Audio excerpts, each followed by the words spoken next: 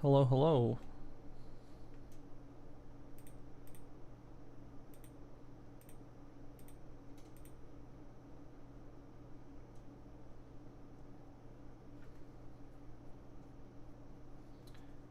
Had a very productive stream last time, so let's get right into it. Today, we continue on with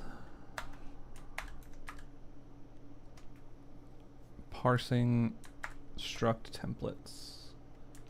So, these work. So let's just see where we're at. Let's comment this out and just make sure we build here. So let's go back to this. That works just fine. We have a version of this struct that has an int and one that has a string in it. Works just fine. We can print them out. Now I want you to be able to say, well, two different things really. You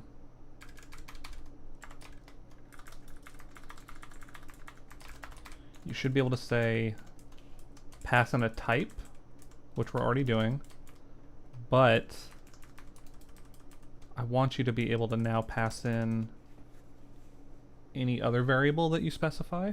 So like here it's a U32 size, and you can declare like an array, for example. You can use it in declaring an array. This should work anyway, because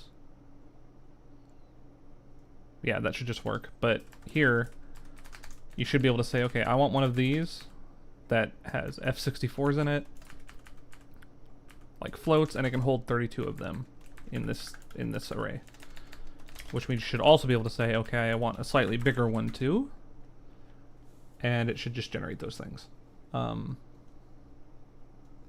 But the key is these have to be known at compile time. Like, these aren't dynamic, so that's another thing to keep in mind, which I don't know if I even...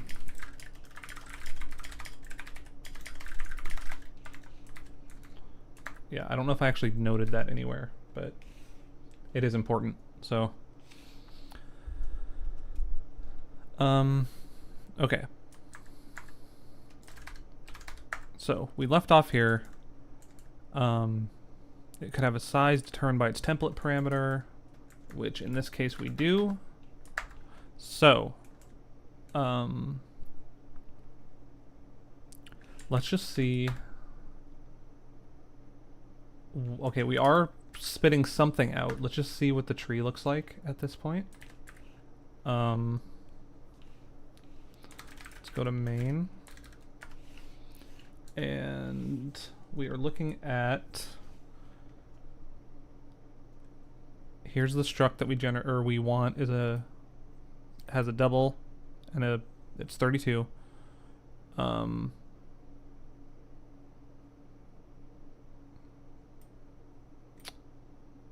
Right here is what I'm looking for. So its decal param, its first member is called dynamic. It's got T, like it holds things of type T, and size is what's in it. Why is that in quotes? I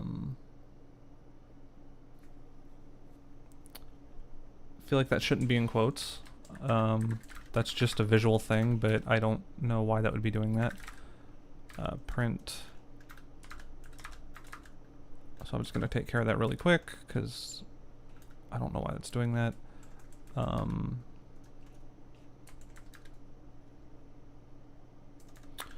Array dimensions. Print node nicely. Because I'm putting the name in quotes. I don't hear. So why?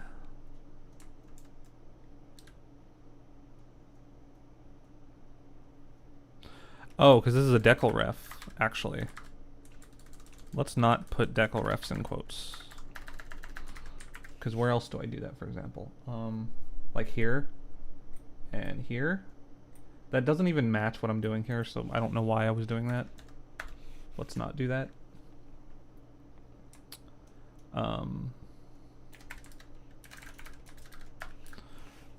Okay, so T is of type, size is U32.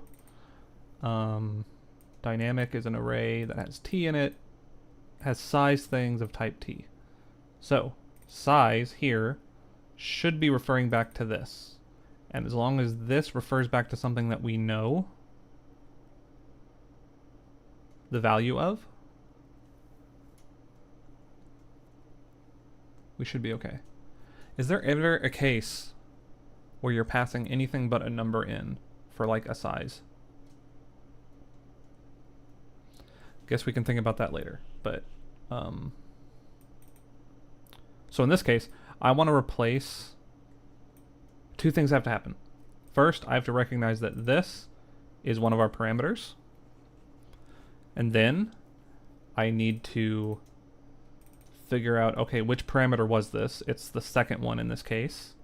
So I need to go to where the call side is, and its second parameter is what I need to replace this with.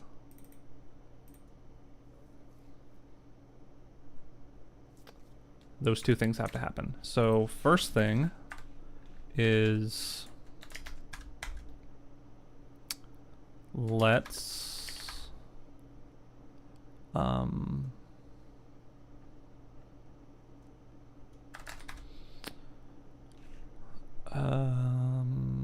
if child, let's just make sure that we can use our new array information.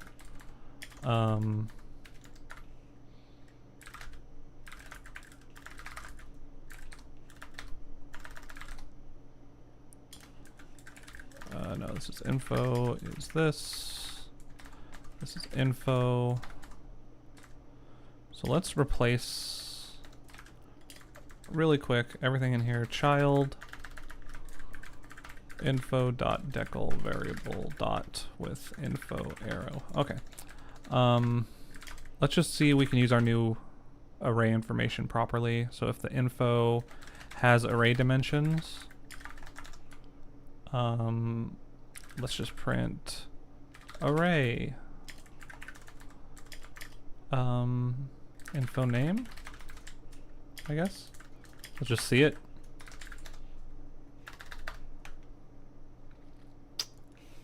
Great. So we can see 3 array members.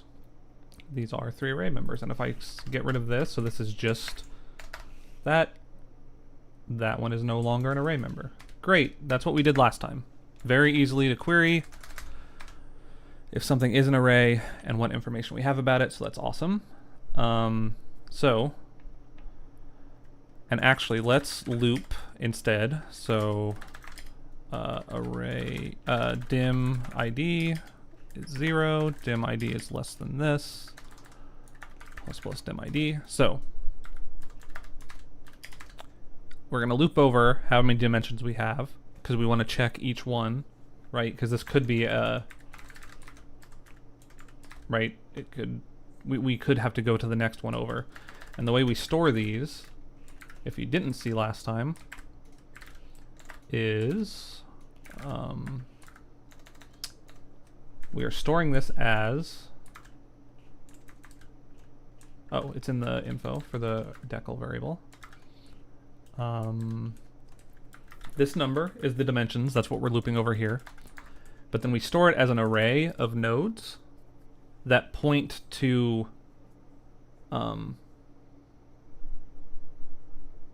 it points to the node that represents what it is. So like if I print the tree out again,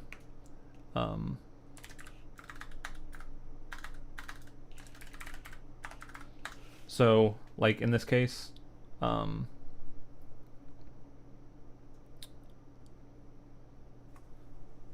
this should be pointing to, actually I'm not sure what that's pointing to. I need to double check that. I'm not sure what that would be pointing to because that's just a literal. But like in this case, it'll be pointing to this, right? Size is a declref. This pointer should be, well, not this pointer. This is the pointer of t. The array sizes pointer for this should be pointing to this node. So I can go figure out what it is. This one, after we're all done here, should be pointing to this node.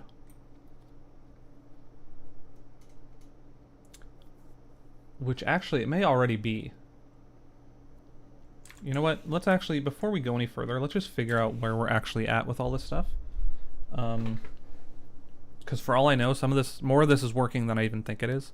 So, let's do this. Let's also put a tab in, or let's put 4 spaces in, and let's print node nicely. Info array sizes of dim ID. And I'm trying to think if this will always have it.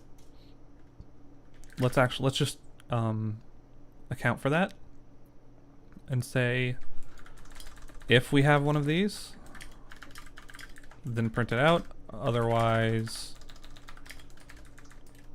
we can just say none. And then a new line.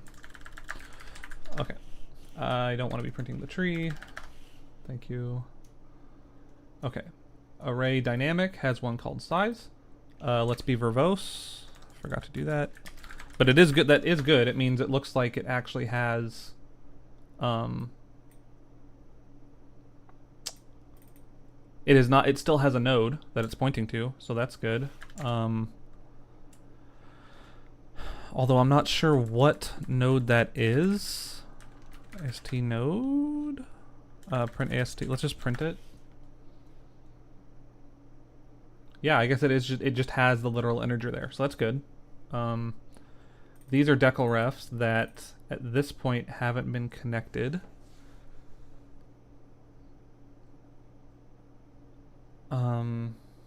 Why is that's the question right now, is why haven't those been connected?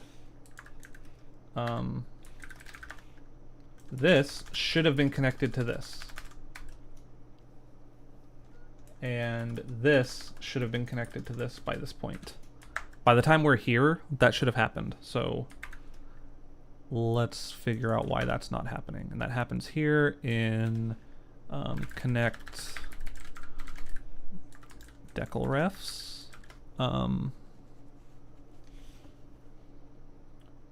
Oh, right. This is not happening because what we did last stream, I knew I missed something.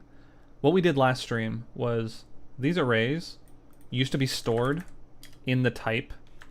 So this was the node. Say it was named dynamic. Its type, in this case, would be that. So I stored the fact that it was an array in the string for its type. We no longer do that. Now it looks like this. And as I showed you on the node, we now have this information to figure out what the array is. In doing that though, now when I connect declrefs, I never updated that code to know that it has to go through and update that stuff. So connect declrefs, we're gonna say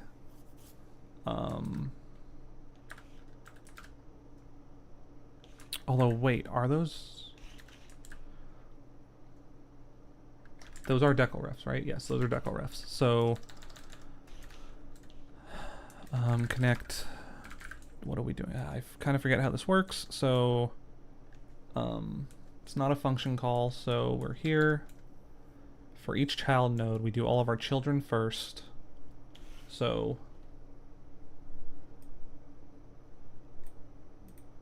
let's just stop here on line 73.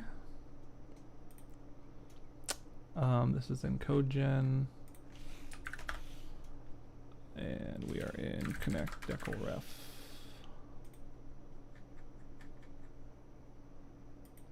go here and say child line is, what did I say, 73? 73.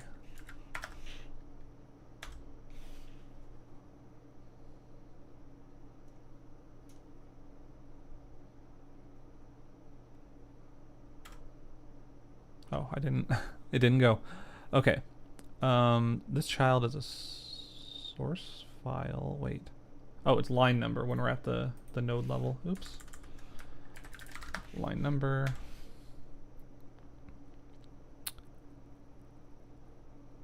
Okay, this is a compound statement, which is in a function called revert. This is not the right place.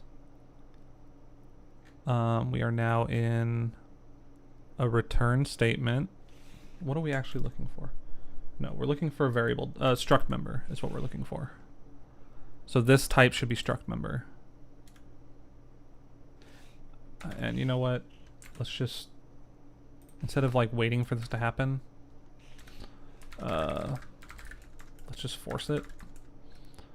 Let's say,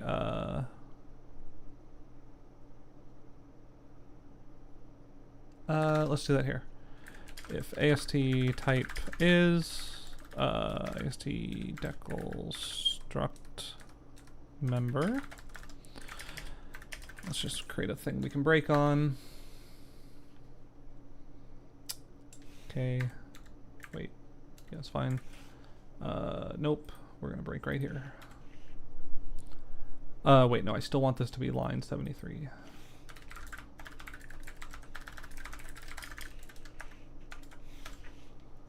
Okay, so this should be T dynamic. This is exactly what we wanted. So, great.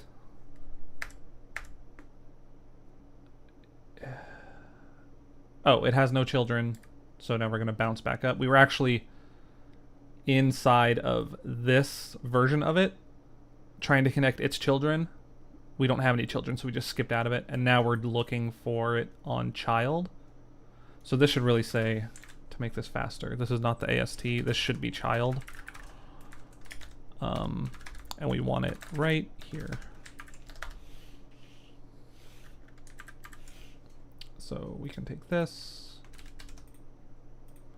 and stick it right here. Okay. That didn't save it for some reason. It's fine. 73. Okay. We are back. This is dynamic. Okay. So let's try and find and connect it.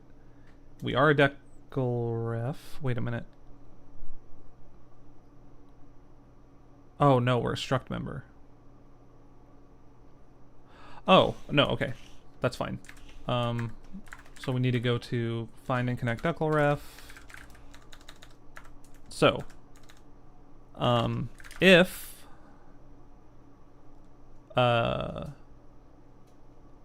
is decal, what's the best way to say that? Yeah, I guess decal var type. So if it's one of these decal var types, which is just these, right? Let's make a function for that. And I don't have anything like that already, do I? It is. I don't think so.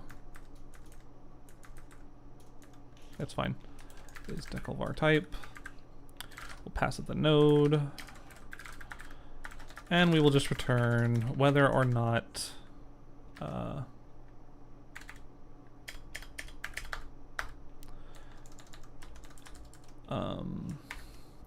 node type equals that or that.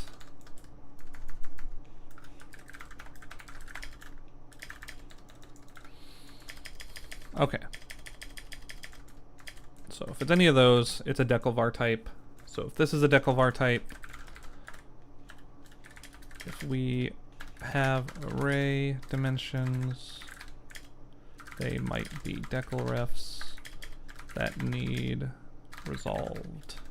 Do that here. we'll say we do that here. So if it's a declvar type and node array dimensions, so let's just print the node right now, just make sure we're seeing what we're expecting to see. This is node info, decl variable dot. Okay, so line number string. So this is an array, that's an array, that's an array, that's an array. Are we seeing our dynamic? Yep, so we're finding all these. Cool.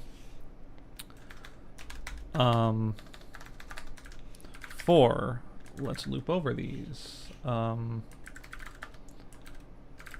ID, I want the same loop, so let's just stick that in here. So, you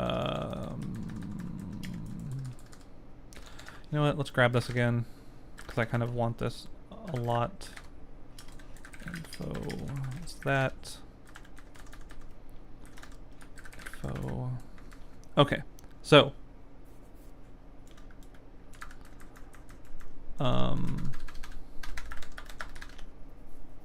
all right, so for all of our arrays, if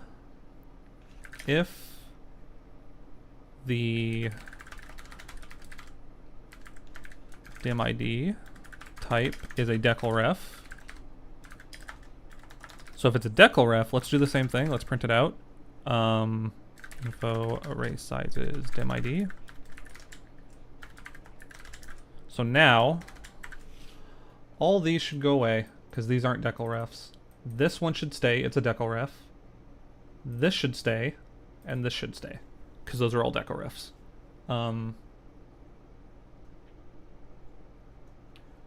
I need to come back to this because this is a case where it doesn't have one. So there are cases like a parameter where it might not have one. Oh. Yeah, so I guess in every one of these cases we have to check. You know, something like that. We have to check because we aren't guaranteed to always have one, in which case, in all these cases, I am checking there. I'm checking there. Dim ID equals.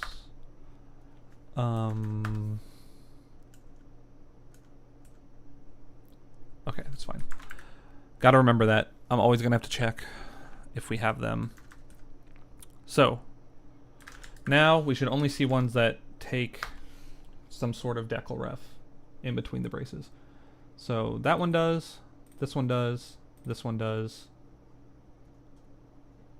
Oh, I'm printing the declref. Let's print the node, even though I just verified that worked, but so here we go. This one takes one, this one takes one, this one takes one. That's all we're seeing. Great. So far, so good. Now, the thing we have to do is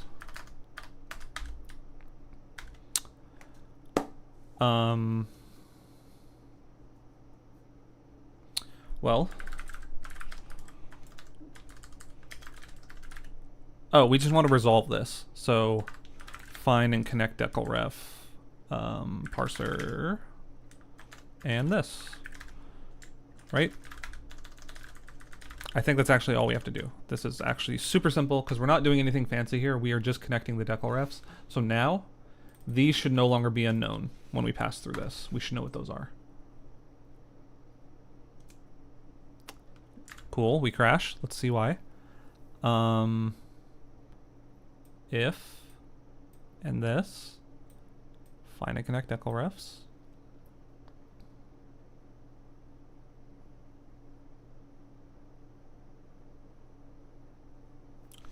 Okay, let's see what's happening.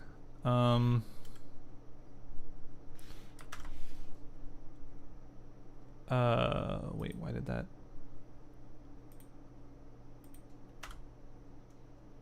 Okay.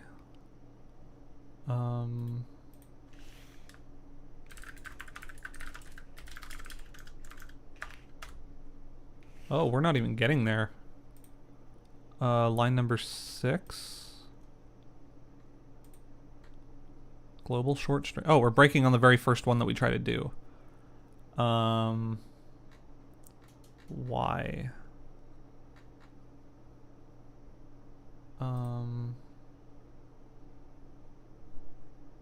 We don't have a parent. So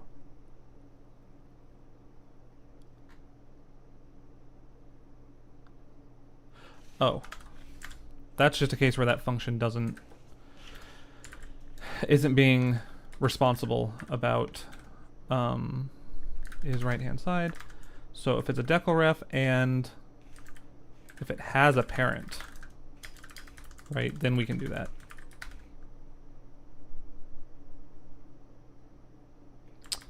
And in fact, we'll do this. If we don't have a parent, we're not a right-hand side. So we have to return if we have a parent, and that, and that, and that. Great. Okay. Still didn't work here or here. So not great, but we're not crashing anymore. So dynamic. Okay. Let's see. Find and connect declrefs. We are of our declvar type, are we not? Yes. Do we have array dimensions? We should. Info. Yep, we have 1. And our sizes are a declref, so good. If info array sizes, yep. And yep. Okay, so we are looking for it, we're just not finding it.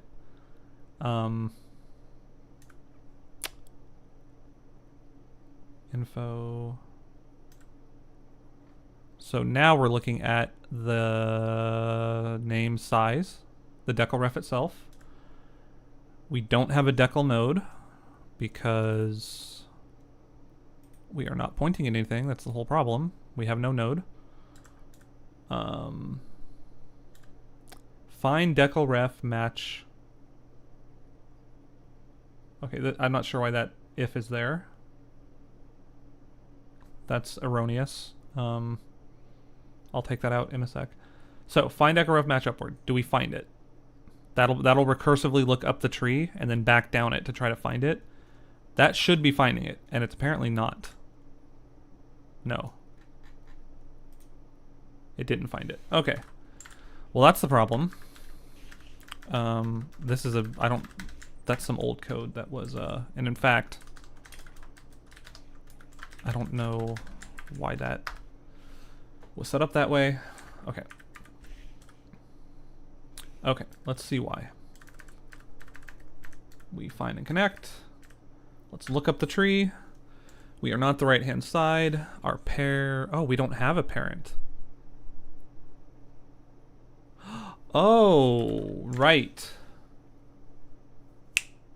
Because that is not... The way I did this is a little weird because I am sneaking these nodes into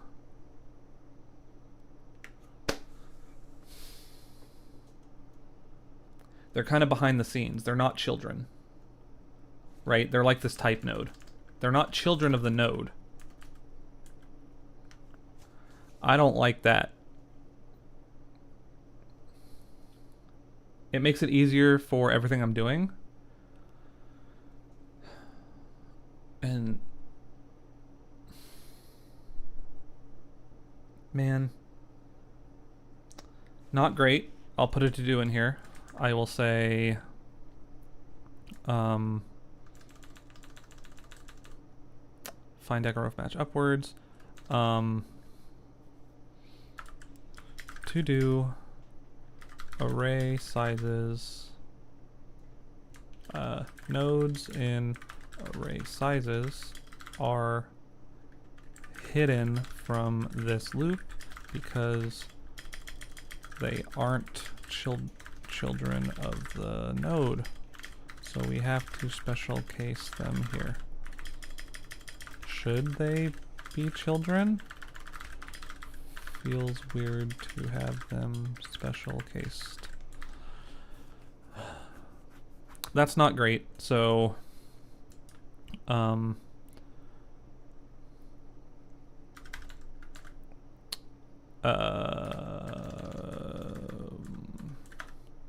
we'll do this. Array size parent. We'll say that.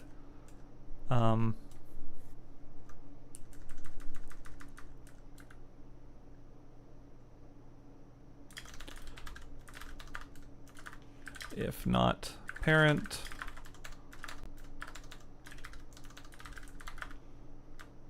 parent equals array size parent, and we will just pass 0 to this. So here, in this specific case, we are going to pass the node. Too many arguments to find and connect. This is not what we're doing. We're passing it to here.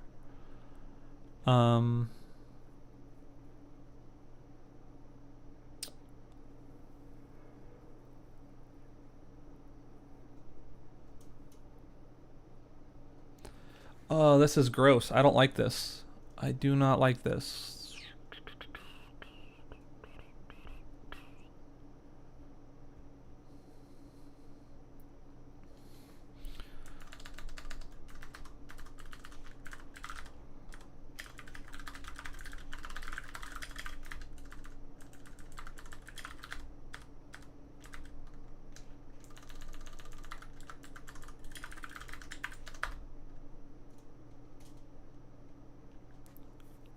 Okay, we at least know that's doing something, even though we're crashing. But we know it's doing something. But that's really gross. I don't like it. I don't like it. I'm gonna copy this same thing here.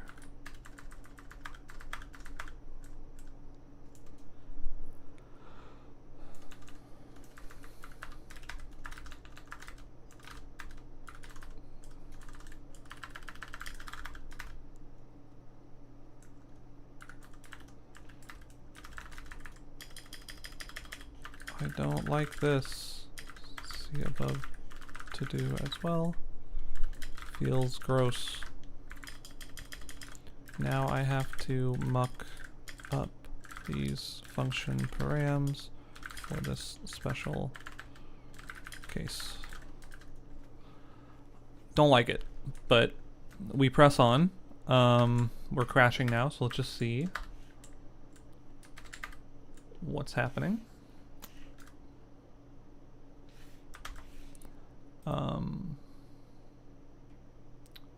Okay, once again, we're crashing on the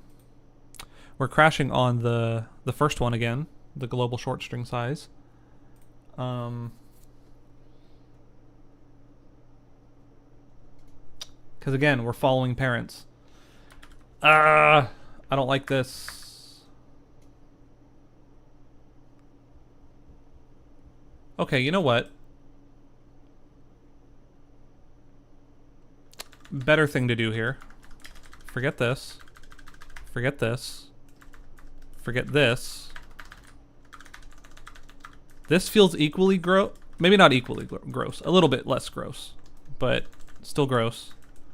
Let's remove all of this. All of this. And... are we back to find and connect decal refs? Oops. Okay.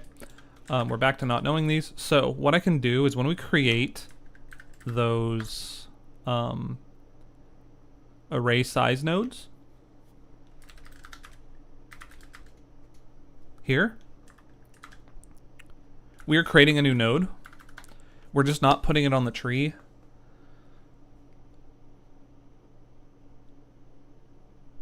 That feels bad. It feels bad to have nodes not on the tree that are still important. Let's put the to-do here. we're creating hidden nodes that aren't in the tree. We still set their parent, so they behave as normal nodes for the most part, but you can't query them, nor do they get seen when printing the tree. Gross. Do we want to represent array sizes as regular children?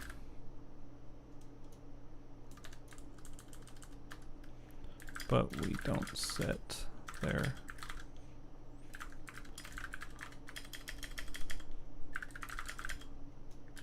match. This means that you can't query them, nor do they get seen when printing the tree.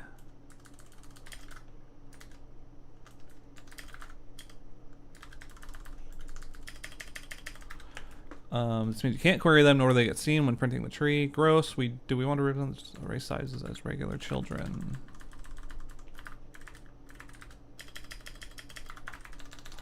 So this will work. When we do this, I am just going to set its parent. So it will have a parent.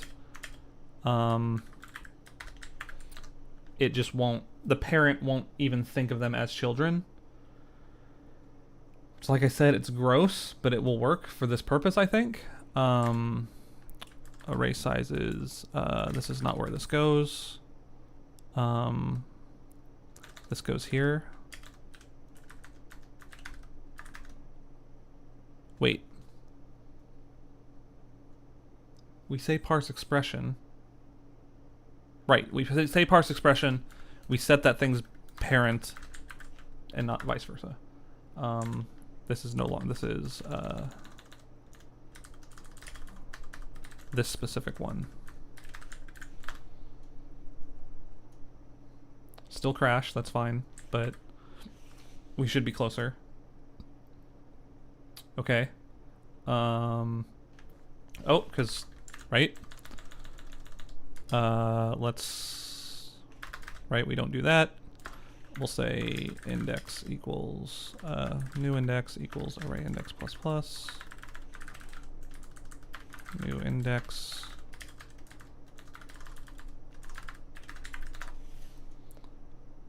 Hey, look, they connect now. We now know what these are pointing to. And all it took was this here, which is gross. I don't like it, but it's way less gross than what I was doing before. Can always come back to this. So, coming back here now. All this code just works. We find it. If we're connecting the decal ref of a variable, we can see if this variable has array dimensions, and if it does, loop over the array dimensions and see if they're decal refs we have to connect up. We do that now. Boom. So now if I print the whole tree, we should be able to see. Here we go. This size, I can't actually see it from here. This size should be, do I see it at the end or no? And that's gonna be too big. Let's print this to a file and look at it in Emacs. Okay, so size should look like this. Main.db. So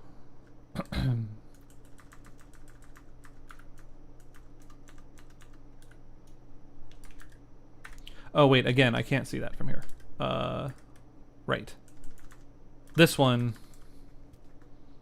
No, again, see, these nodes are hidden from the tree. That's why I don't like this. I can't actually verify this from here. Yeah, that's gross. I don't like it at all. But I can see they're pointing to things. So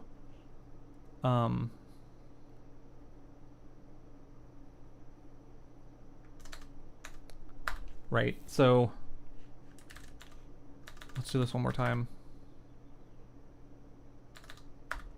So you can see here, this, if I go to main.db, I was actually looking at the wrong thing before. I still can verify this. So when I instantiate the struct here, I'm passing in this 32 as the size. Oh,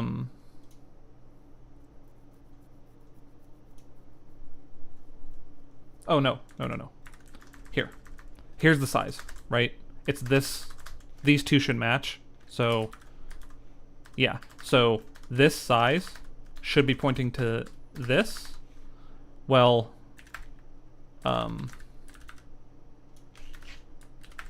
you can see here, that variable size should have this pointer, which it does, right? And I could go verify this one is, well, let's just do that real quick. So if I search for this pointer, this should take me to that global const, which it does, right here. So we're good. It's just gross. I don't like there being nodes that are hidden in the tree. That's just no good. It's fine for now. It's just for this one case. If I ever have to do something again where I want to hide nodes, that's when I know it can't happen. That's when it's going to have to be fixed.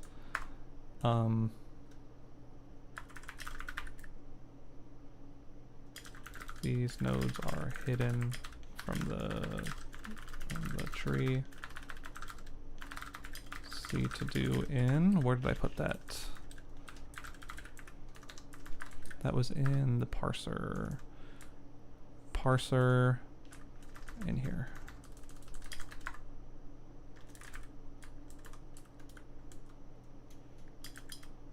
Metagen parser.cp. Okay. Where were we? So now that we see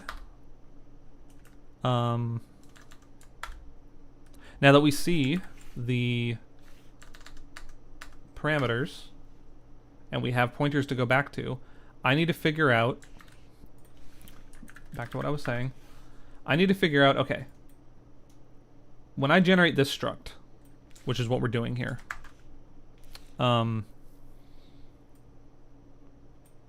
we are in generate struct templates. I'm generating a struct for this call.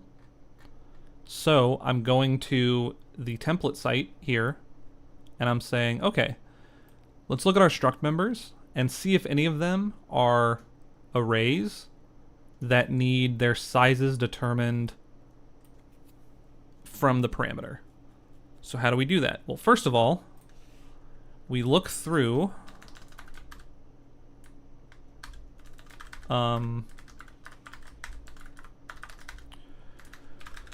we loop over all our array dimensions. If any of them have a pointer and that pointer's type is a declref,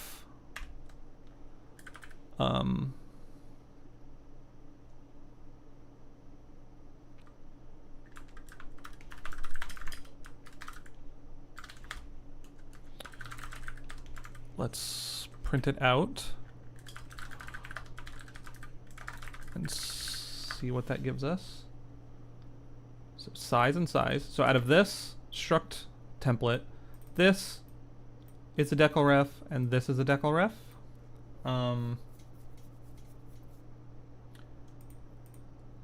Which means we have to determine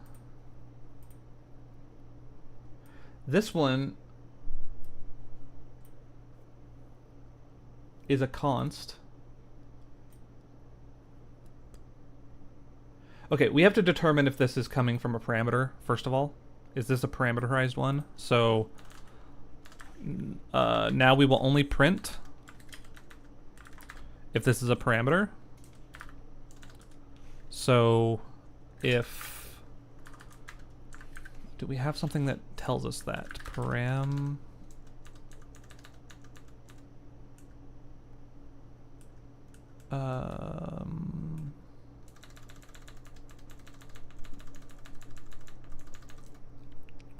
corresponding param index.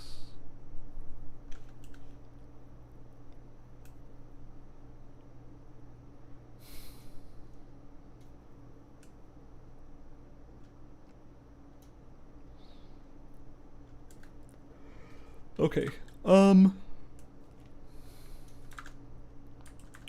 We can do that pretty easily. We can just say, okay, we'll do this. See if this size declref references one of our parameters. So we can say,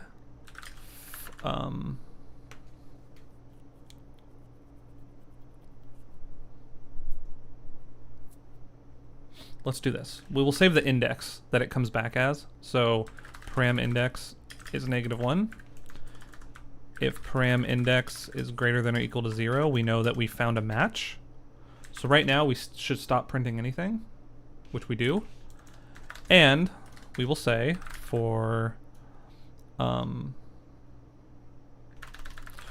each node of type in tree,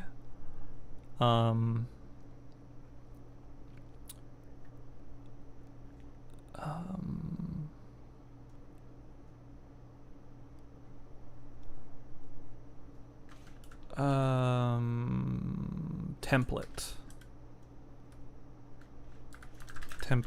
So for each node of type in tree template, we're looking for params. If the info array sizes dim ID is equal to that node, param index equals, you know what, this will be child. No, it can be param, or it can be, see, I don't remember if what this gives us. Node index.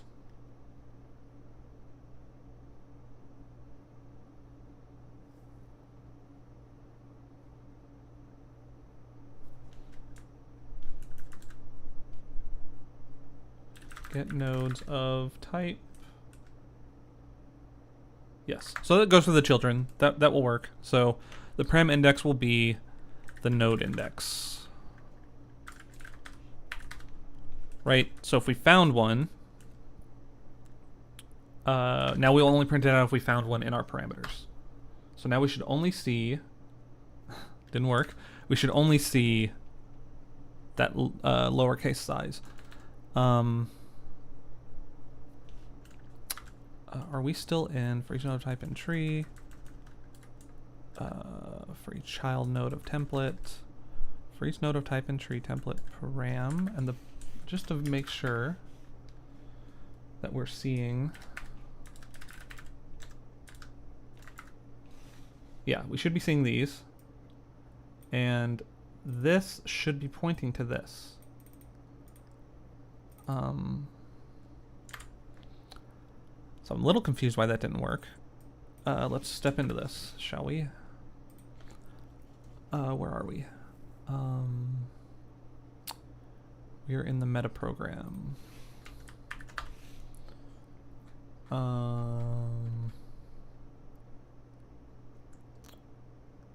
Here. Yep. Okay. So the one we're looking at, template, is any struct 2. Right? Any struct 2. So that is in fact this one. We're going to loop over all of its parameters. So the first one we see should be T of type. So that's this one. And info array dim ID is what? Should be 0. Dim ID is 0. So let's look at info array sizes dim ID. Okay, so this is declref, who's pointing to right?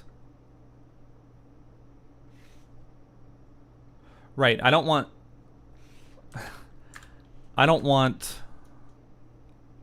the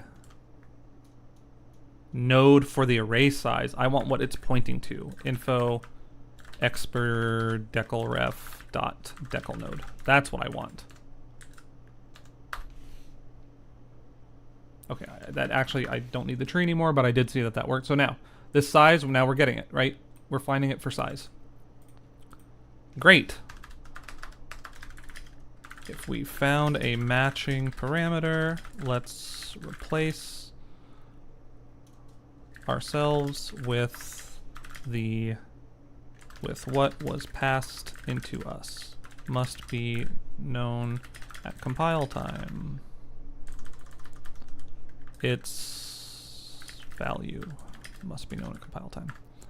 So, how about at metaprogram time?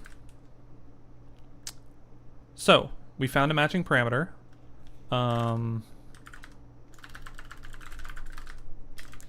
Matching param is template children param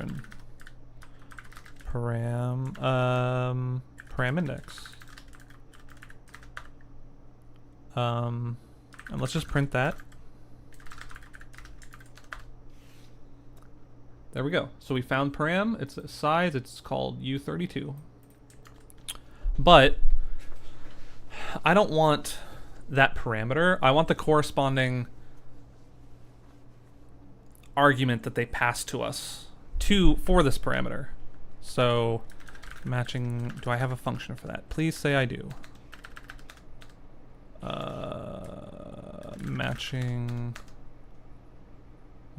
Matching function decl param ID. Hello from the United States. Welcome. Chillin', just working on fun metaprogramming things.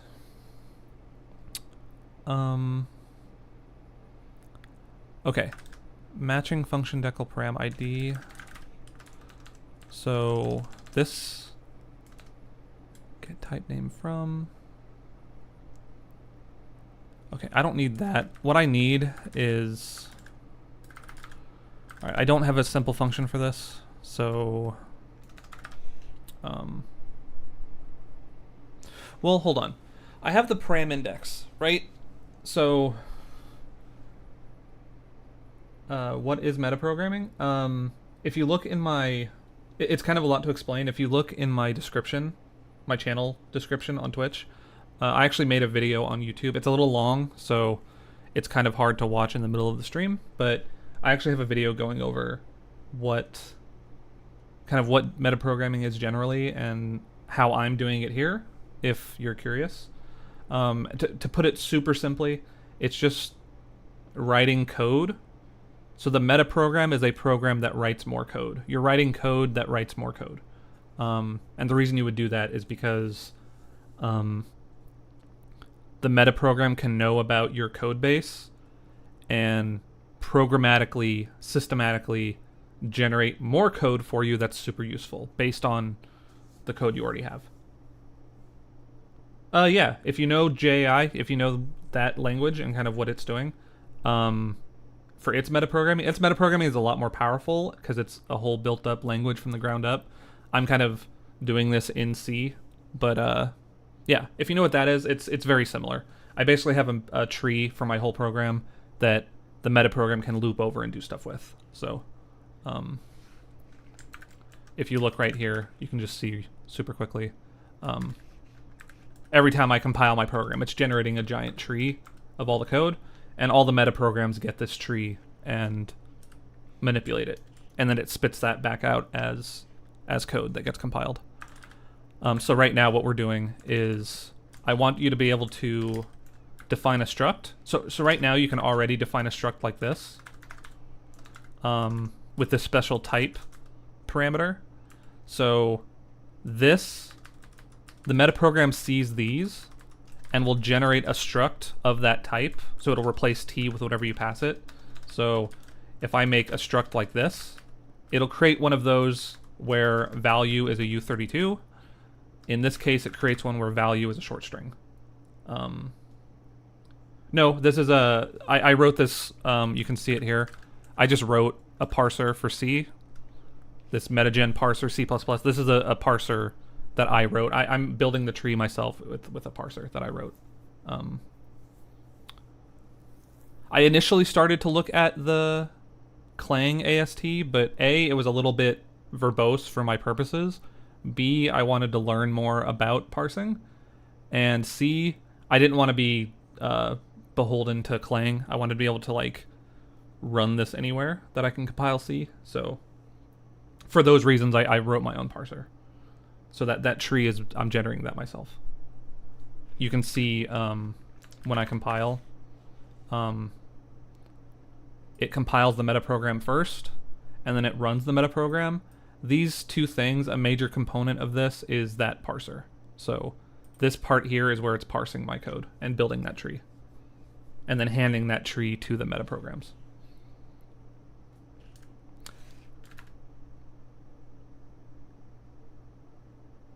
Yeah, and this is compiling from scratch every time. So again, I'm piggybacking off C, but you can see that the final file that gets what's really getting compiled here is this gigantic generated file, this super gnarly file. When you see running metaprogram, it's spitting out this giant file, and when you see compiling main program, this is what's getting compiled. So given that I'm doing actually a lot in the metaprogram right now, I'm pretty happy with these compile times, especially because I'm doing it from scratch every time. There's no incremental linking or anything. Another thing to note is this compiling metaprogramming step, it's happening really quick, right? Well, I mean, relatively quick, right?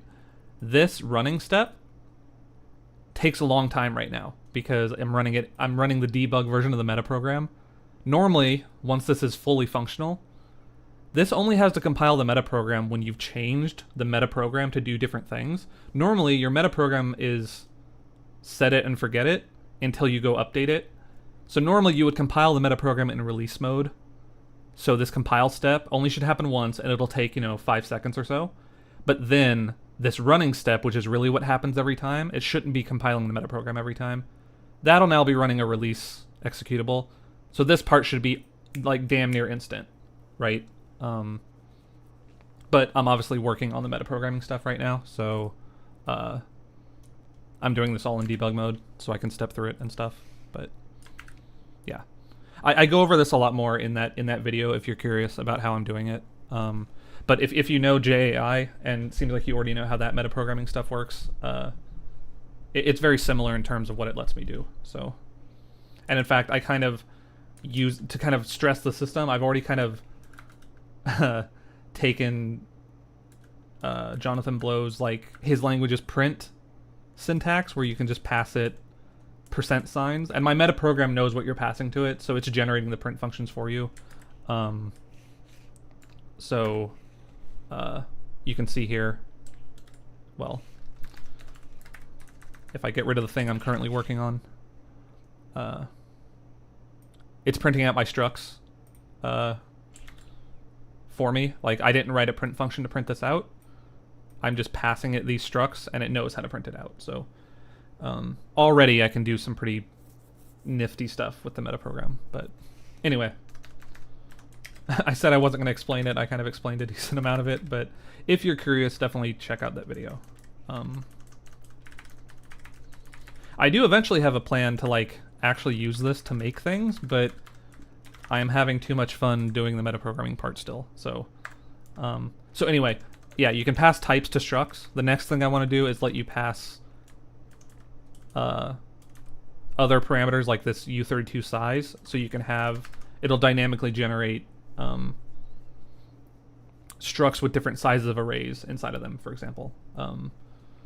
So you'd be able to say, I want this one to have an array of 32 floats, and I want this one to have an array of, 128 integers or whatever, and that should just work. So that's what we're doing right now, is getting that working. So, right. So, going back to that, we're gonna say we found a matching parameter. Let's go look at the call site for this. So when we declare this variable, the param ID here should match the param ID here once we've matched them up. We should know that they match. So if I know that this is parameter with index 1, I should be able to grab parameter of index 1 here and just use it. I'm pretty sure I can just do that. So I should be able to say matching call site, or matching call arg should be the generate struct templates.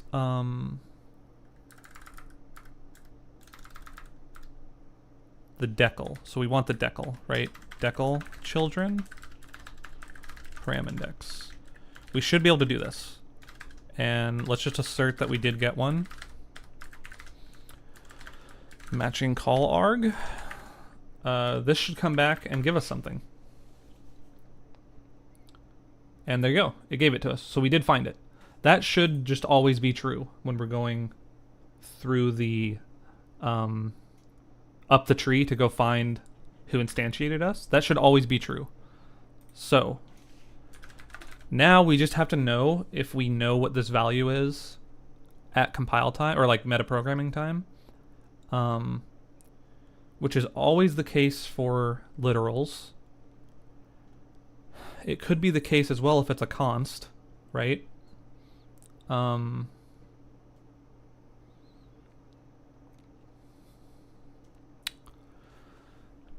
So let's say I'm gonna do a to-do here and say how to, you know what? No, let's do it this way. I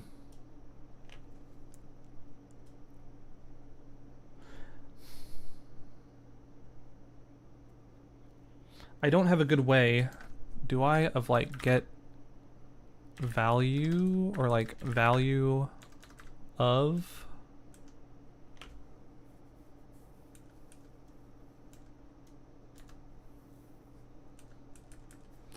I don't think I have a way to do this easily right now. Value.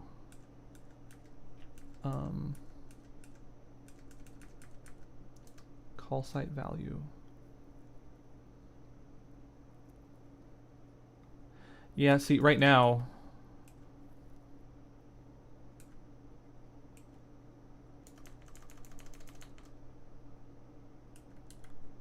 so eventually we can, so I already have it to do here for another case. Eventually we can expand this to any number that we can resolve statically. C to do in main. This is the same problem. Static. A better way to phrase this. I need a way to determine if something's value is statically resolvable. This is going to be an issue with struct templates. So I already have it to do for this. Right, I also have this. This is a similar problem where not just numbers. For my asserts, or for my format strings,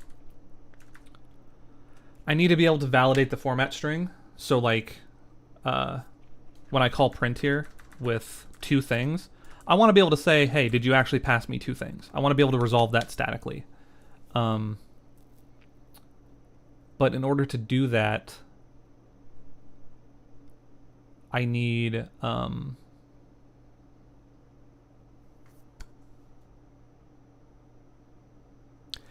access to this actual format string you passed me. I need the actual value because I need to be able to parse the % signs.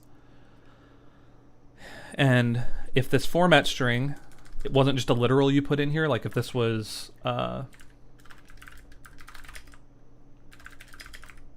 this, right? If you did this and passed this in this way, the metaprogram has to be able to take this decal ref for format, follow it, and see if it's resolvable statically. I just don't have that power. I bumped the mic, sorry. I don't have that power in the metaprogramming, or in the tree right now, or the metaprogramming. So, until that happens, this is also going to be a little bit weaselly here, what I do.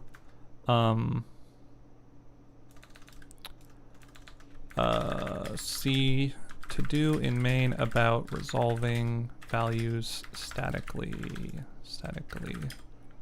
See other to-dos. Statically. Until we can do that, we are limited to literals here. Okay. So for now, we're just going to assert message matching call arg type. We'll say is literal. That takes a token. Do we have one that takes is literal token? We don't. How do I search for definition? J is literal. Okay, I don't have one. That's fine. We'll make one real quick. Here. We will say is declvar type. Where did we put that?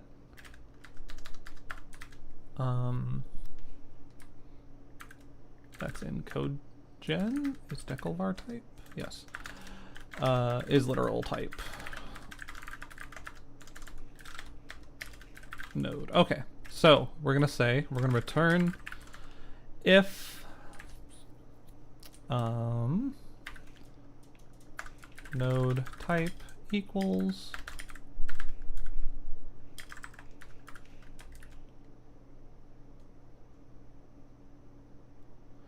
I did used to stream so the question, am I from the Justin TV days? I used to stream on Justin TV a very long time ago. Like when I was a kid, I would stream like games. But I was not like a serious streamer or anything. I would just stream when I felt like it, so a lot of my like random followers that I have and stuff are literally from like 15 years ago, like no joke, if not longer. It's a little crazy. Okay, node type. If it's any one of these, then okay. So let's assert that it's a literal type, matching call arg. We can't resolve values statically yet. So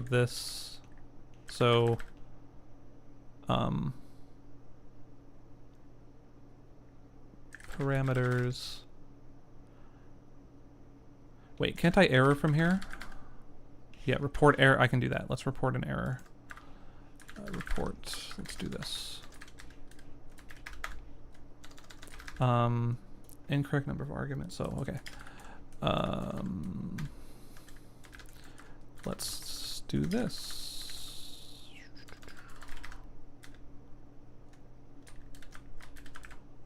Report error and exit. If not this, we'll report an error and exit. Okay. Can't resolve values statically yet, so parameters to struct templates must be literals. And I think I can pass nodes. I can pass the node to it, so you get like call site information where this was. Matching call arg. I think I can just do that.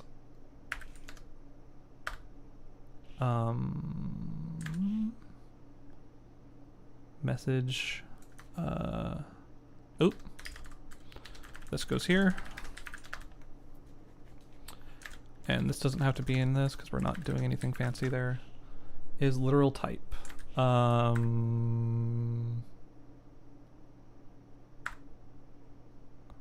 Wait, why?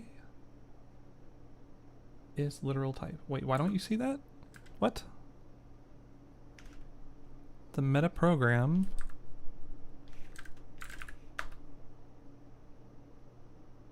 Oh, the metaprogram comes before the code gen. Right, okay. These should not be in here. These should be in the parser. Because the parser is the one like telling you these things. That makes more sense.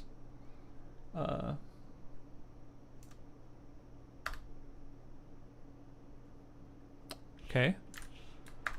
Moving along. Okay, so let's make sure that that actually worked. So if I pass, like... If I pass size into here, this should now give me an error at that location. Reported by the metaprogram at location main 72. That's not where we are. That's down there. Okay, that'll be fixed. For now, you can only pass literal... Okay. That should be... Matching call arg. Decal. Children. Oh. I want the decal. 72. No. That's still not right.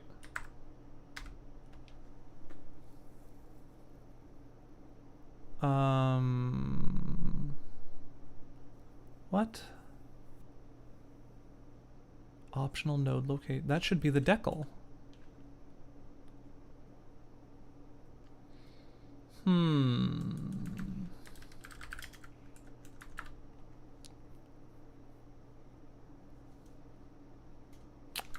Why?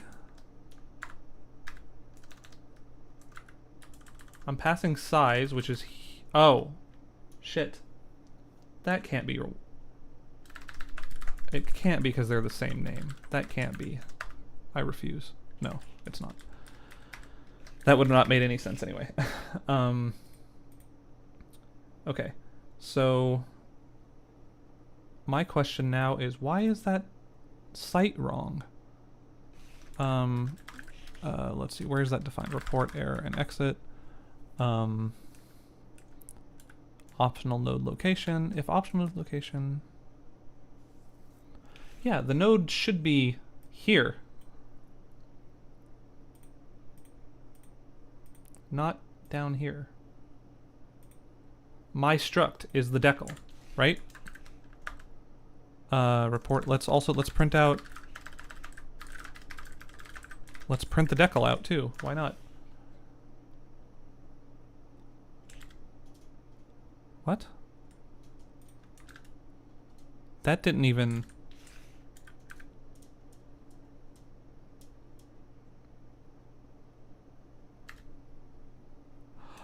Oh, I'm error. That's a different error entirely. That's a different place entirely. For now, you can only pass... For now... Oh, I'm already doing that at this point. When we match. I'm already doing that here.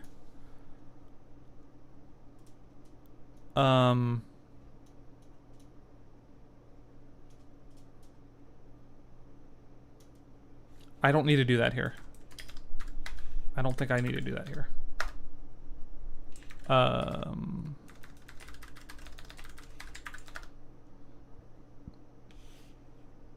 There, line 60. Can't resolve value statically yet, so parameters to struct templates must be literals. On line 60. Yes, okay. Right, so that fails. This should be fine. Yeah, okay. Interesting. I was not reading that. I wasn't even reading the error. I should have noticed that these weren't the same thing. See, so this is actually in main. Okay. But yeah, if you're interested in this kind of stuff, anyone watching like the metaprogramming stuff, I've been streaming this a lot lately, and I plan to continue. So definitely appreciate it if you want to follow and keep tabs on this crazy project I got going. I do eventually have plans to like start making stuff with this. Just getting very sidetracked and having fun doing the metaprogramming stuff. So I already have the start of like a like platform layers for Linux and these different platforms to then move on to other stuff, but we'll get there. I appreciate any interest that people already have, so okay. Can't resolve them statically yet, that's fine. Don't need to print this anymore. So, if we found one, and we have the matching call arg, how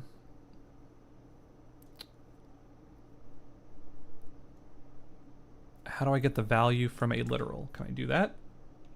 From literal? No.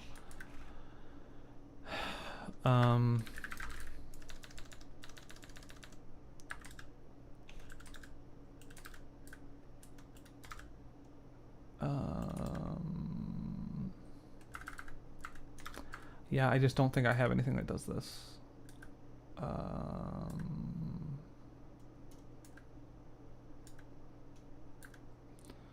Which is fine. We will add this then. We will say, instead of get param type, we will have one here that's like, I guess I can't have a generic function for this because it could be a string. It could be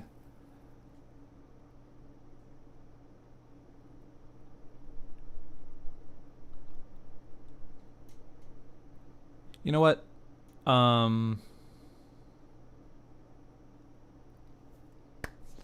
Maybe I should only allow integers that you pass in. Is there any reason you would pass something to a struct like this that's not just the size for an array? I don't know if I can think of a case where that would be true. Part of that is me being lazy right now and not wanting to have to think about other cases here. The other case, or the other reason I'm saying that is because I actually don't know if there's any reason you would pass another literal here. Like, why would you ever pass a string here? What could you do with that in here? You could initialize a string, but is that ever useful?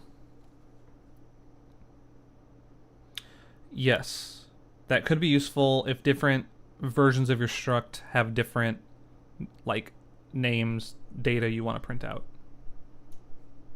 You could like tag them that way. Yeah,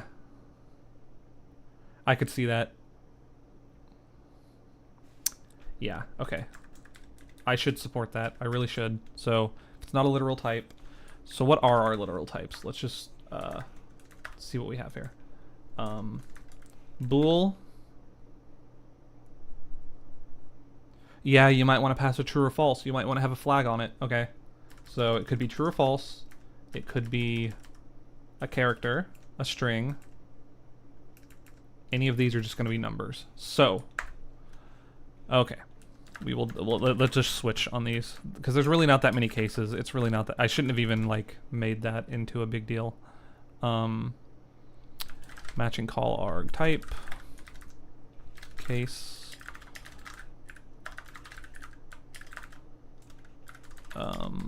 Okay.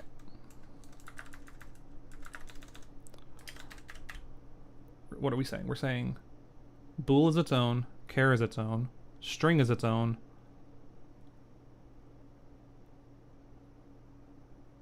And then,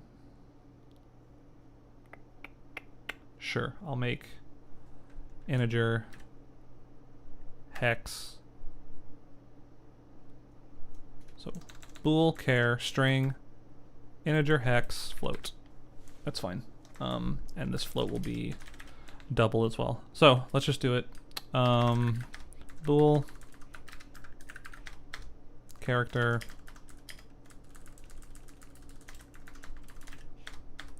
string, integers, hex, float, and double.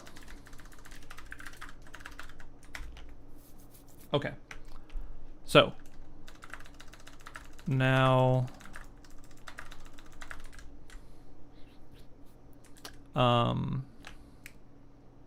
if it's a bool,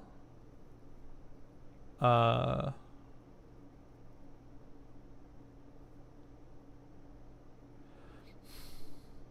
I guess what are we actually doing here? We already know this is an array. we're in the point where we're doing array dimensions. It can't be any of these other things. I am not thinking very clearly. This is the case where it can only be these things. If it's not, we're going to report an error. That's what we're going to do. And we're going to do it on the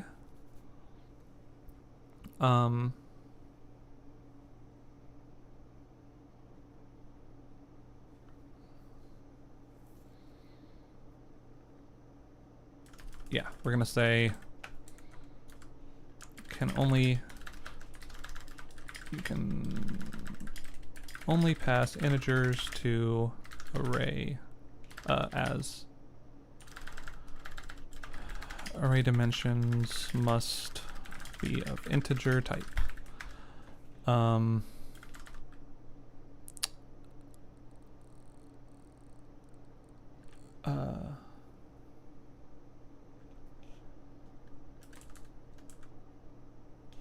How about instantiating struct array dimension parameter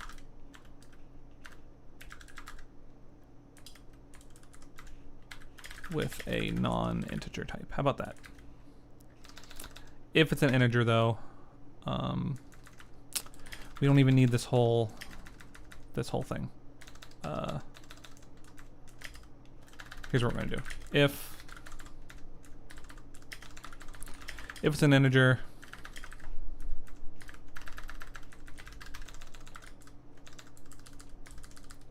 if it's not an integer, do this. Otherwise, let's grab the value, and the value is going to be well,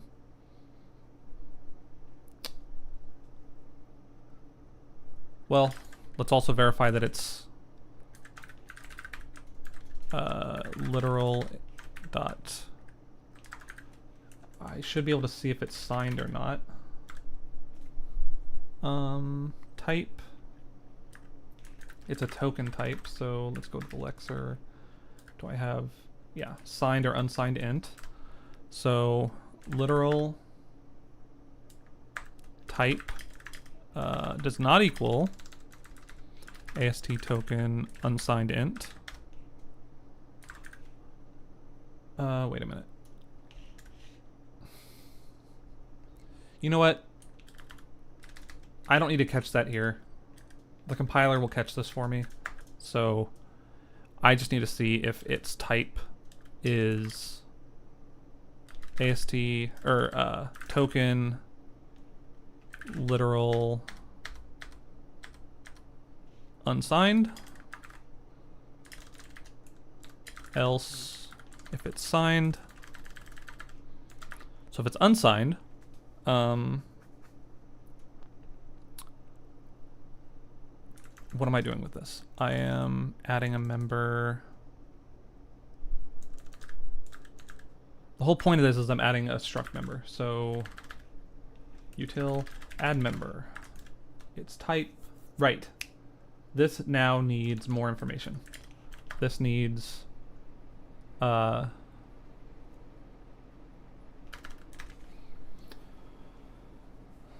this function. I used to embed the arrays into the type.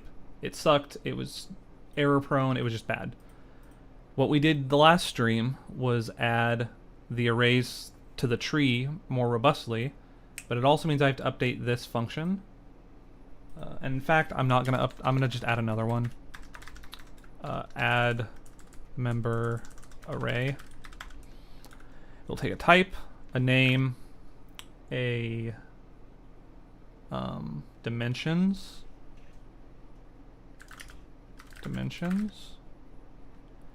and I need to pass the sizes.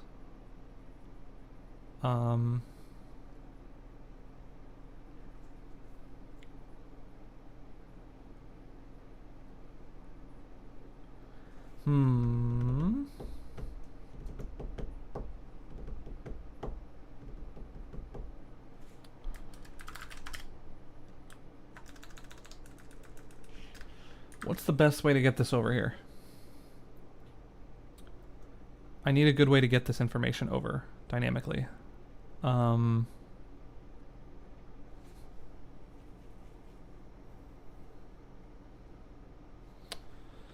Let's look at no, it's in util.h. So a struct decal. What does that return? Is some?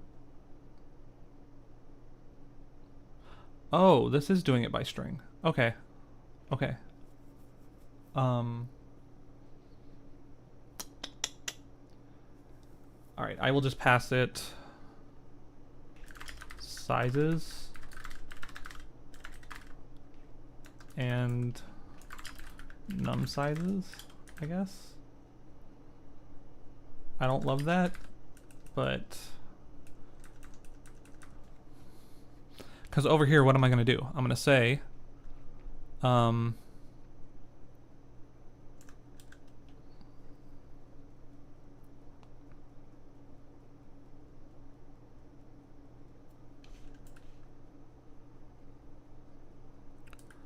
wait a minute. What are we actually doing here? We're adding a member type.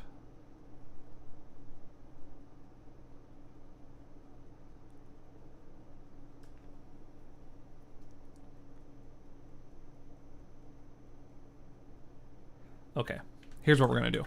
We're going to do this in a way that's a little bit more intelligent, I think. A little more robust. So I'm going to go to here, and instead of add member array and add member, I am going to make a new thing here called AST array variable decal. This will go here. We'll do this. How about variable decal array? It'll have a type and a name still, but it will have a num. It'll have dimensions. It will have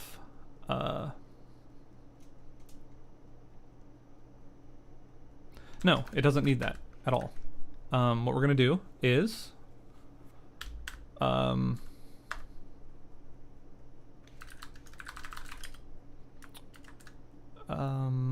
array info. So what we're gonna do is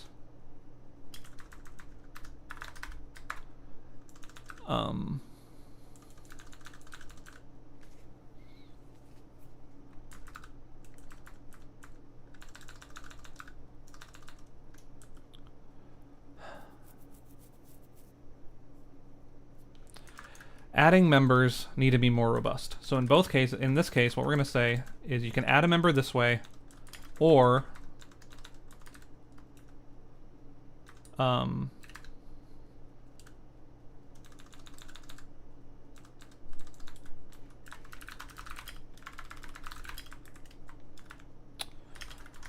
arg. I don't know what I want to do here.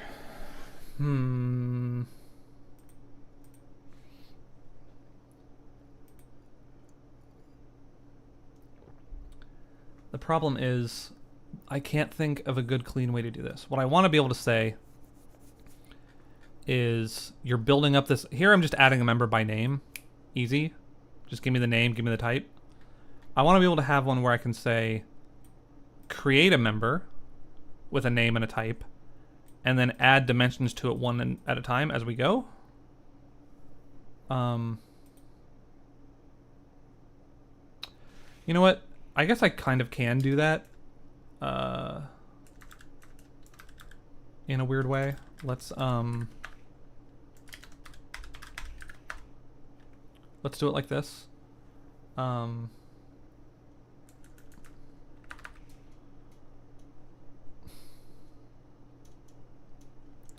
Return a variable decal. Create member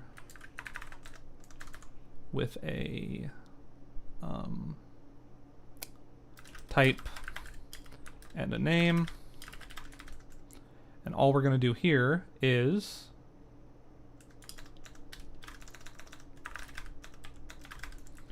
we're going to do this stuff.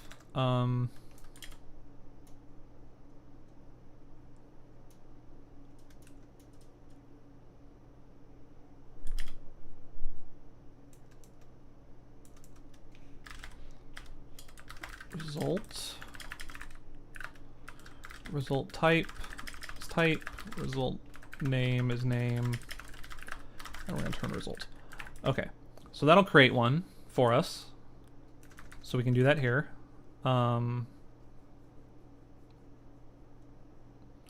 We can say this equals create member type name. So that helps that.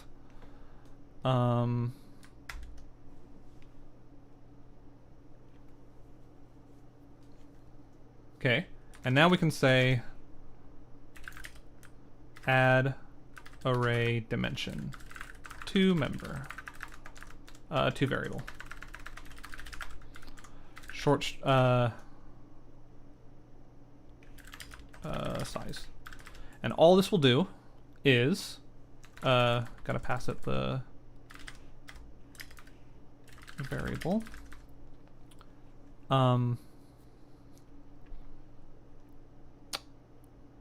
It's going to say variable name plus equals this,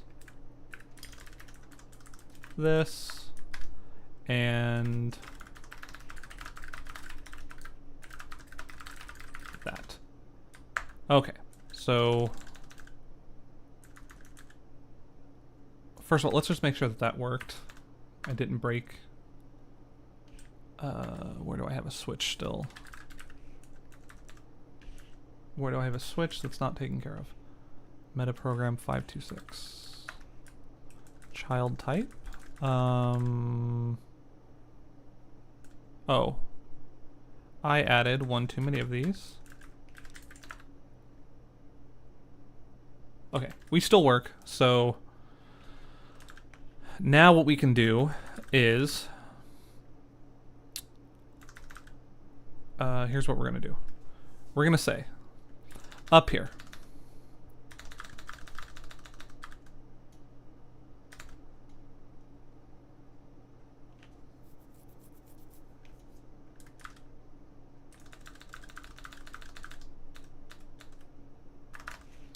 we're going to create a new one of these.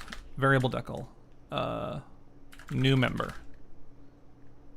And we're going to initialize it. So, let's take this, because this will come at the end. If the type is pound type, we need to get the member type. And instead of add member, new member will be create member. Boom. Otherwise, it will be create member. Boom.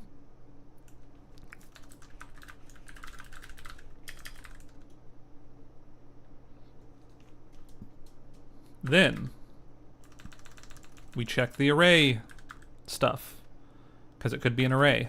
We do this. If it is, then we add, or how about not add, how about append?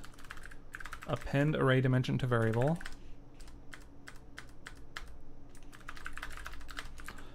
And we're gonna pass it new member.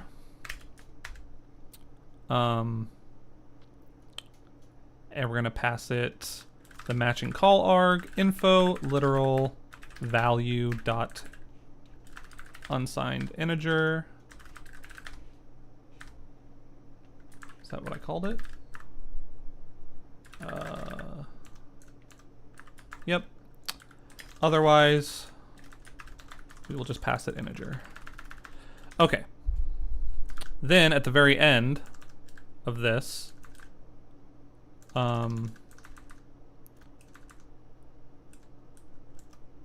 here we will add member to generated struct. We need one that takes a, so we have this add member. We need one that just takes a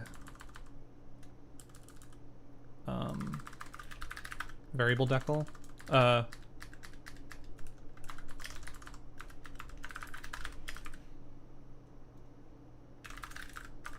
We'll just have one that takes this. And in fact, that means all of this can happen there. This can just call... Yeah, this can just be AST variable decal new member is this. This can all go away, and we can just say add member to struct new member. Okay, this is what I wanted it to look like. This is clean, it's nice. I don't have to create a bunch of arrays. I don't have to do anything. This will just work. So, you pass this one, and here will be variable decal. Done. Type 1197. Type. Type is variable decal type and name.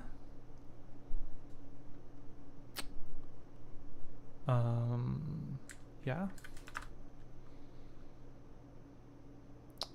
Okay, we are farther along. Primary chunk, line 2. It doesn't like that. Okay, we're getting somewhere. We're at least trying to generate this thing now. Why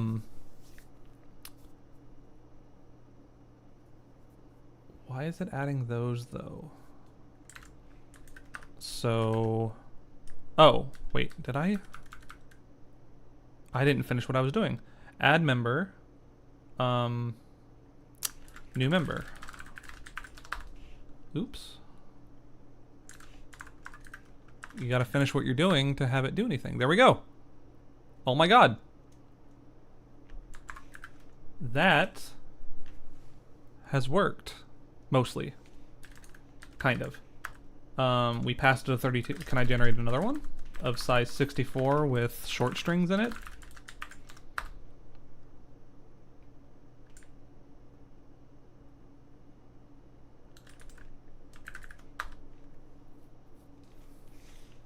Sure enough, generate it with short strings. This has 64 in it. Generate it with doubles. Oh, because it just thinks that's...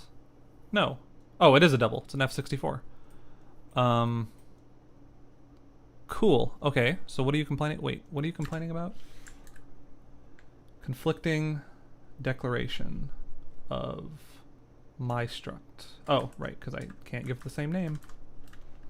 My string struct, my float struct. We compile, ladies and gentlemen. This is still wrong, because if you noticed, it didn't pick up the array size, the arrays that were static. It didn't pick those up. So we haven't done that yet, but that's pretty good. That's the easy part. The hard part was hooking it up to when you pass in one dynamic or as a parameter. That was the hard part. So now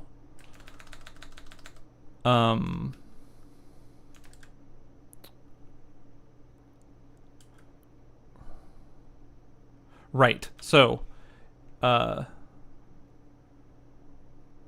if we have a pointer to one, if it's a decal ref, then we do this thing that we were doing, right?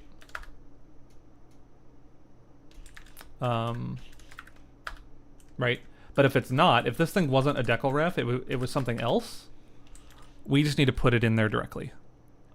So else if, and actually let's do a switch here. This is where this makes the most sense. Let's switch on the type of this.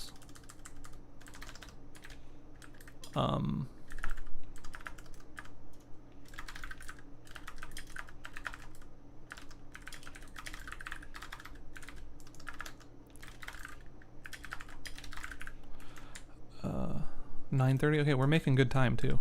So if it's a decal ref, right?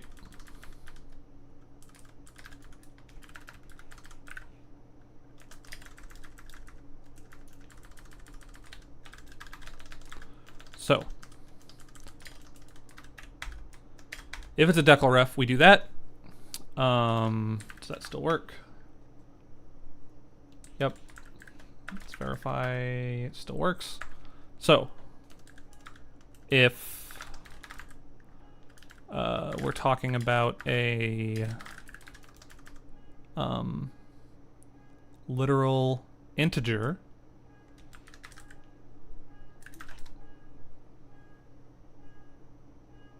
I don't know if I can't tell if it's showing up on the stream, but there's a car alarm going off outside.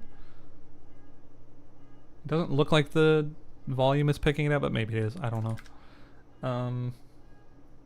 Okay. Next. If it's a literal integer, let's again grab what is this?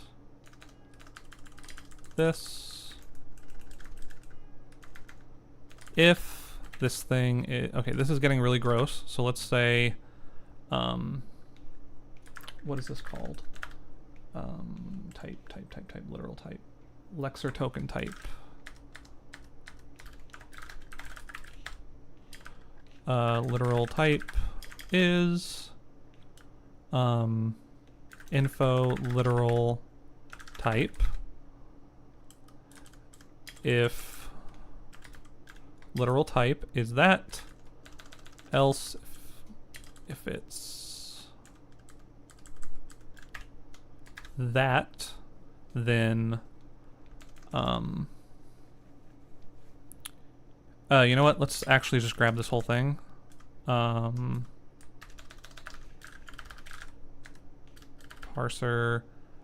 literal info. Literal info is this. So here we're going to say the literal type is the literal info type. Okay, that's a little nicer. So, in fact, we don't even need this extra one. This is getting a little verbose. It doesn't have to be. So, if the literal type is unsigned int, then we want to put in the literal info unsigned integer value. Otherwise, we want to put in the integer value. And we're not going to append. Yeah, we are. We're going to append. Okay, so that should fix this case. Now we should be able to do fixed array sizes in here. Matching call arg. I missed a spot. This is not that. This is this thing.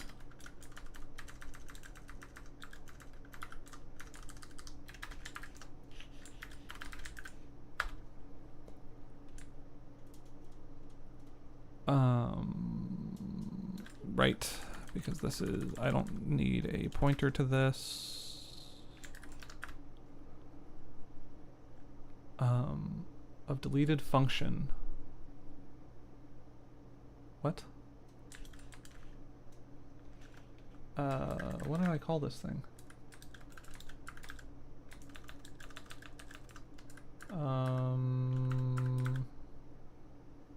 Literal. Node. Here's the node. It's info dot literal.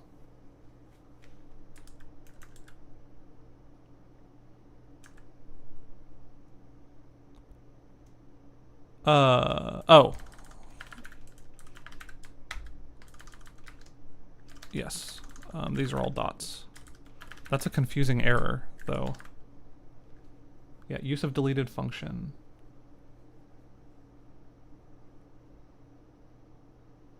Info.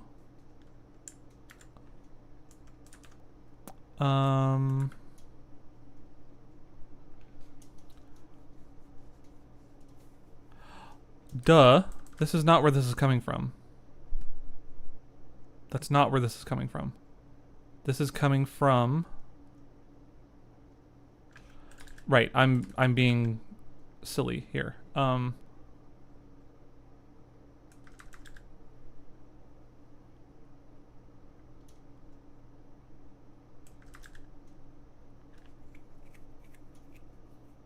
Okay, hold on. I'm being goofy. Let's comment this out. Let's print out what we got here.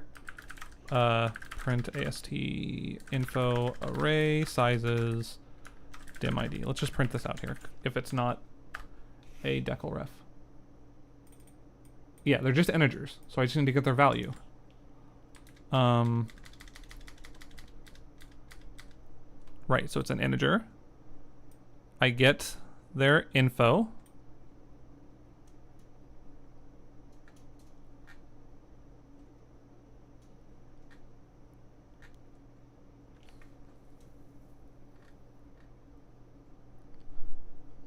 I get its info dot literal.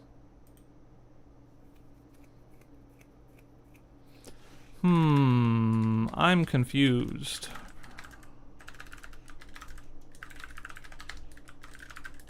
So if I get one of these, yeah, what? I don't know what error it's telling me here. And it is beginning to frustrate me. So, literal integers. I should be able to just get their info. I literally have one of these nodes, whose type, this thing's type, is a literal integer. I should be able to grab this out of it.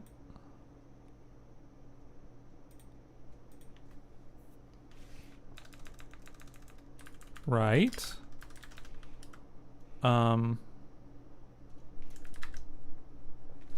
Let's just break there really quick because I'm very confused.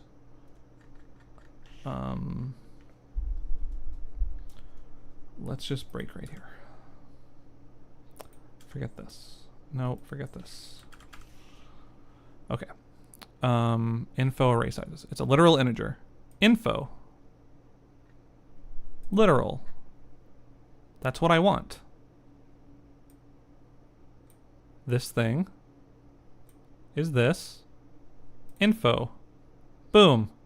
Literal. Boom. What is your problem?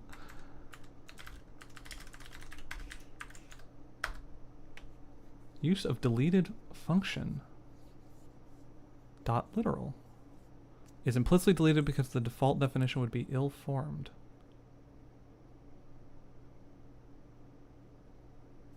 Wait a minute. Oh, I'm trying to make a copy of, okay.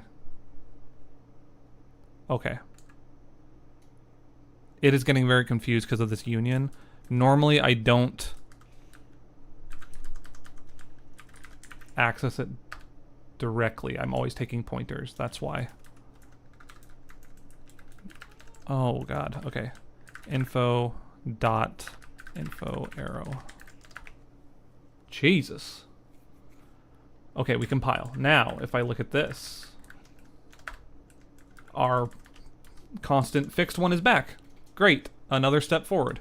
Now what we're missing is this case, where it's coming from a const variable, but we're running up against this to-do here, where I currently don't have a mechanism to resolve, to tell if I can statically resolve a value from a variable like that. I should obviously be able to here, right? Like, obviously, I should be able to resolve that. But I don't have a mechanism to actually let the metaprogram know it can do that, so it's just floundering here.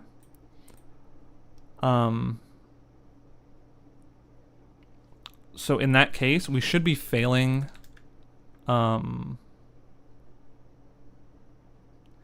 here.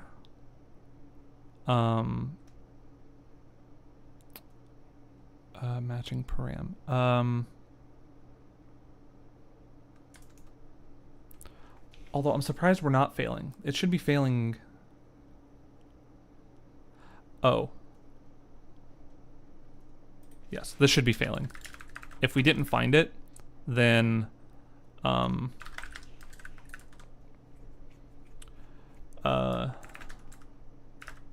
gonna pass it the decal. unable to resolve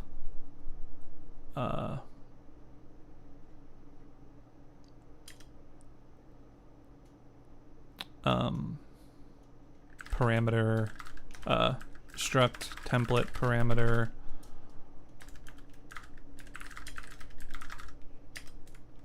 can I do this? Let's give a good error message here for now.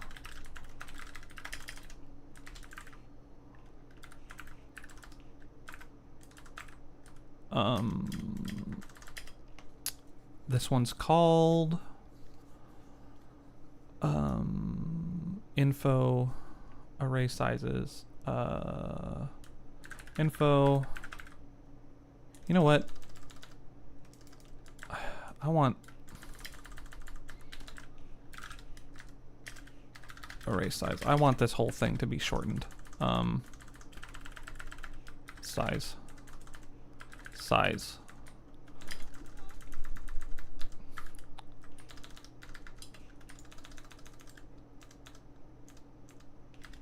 Info array sizes dim ID with just size. Okay.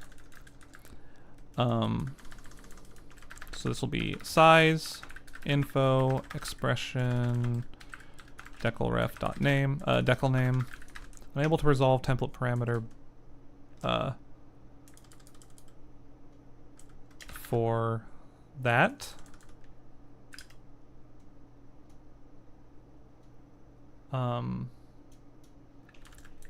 Was this coming from actually unable to resolve templated array size for boom? Was this coming from somewhere other than the template param? This is not supported yet. Sorry, buddy. Unable to resolve templated array param for size. Was this coming from somewhere other than the template param? Than a template param? Parameter? Was this coming from somewhere other than a template parameter? This is not supported yet. So, on line 59, that's wrong. Oh, I didn't save this file. 60.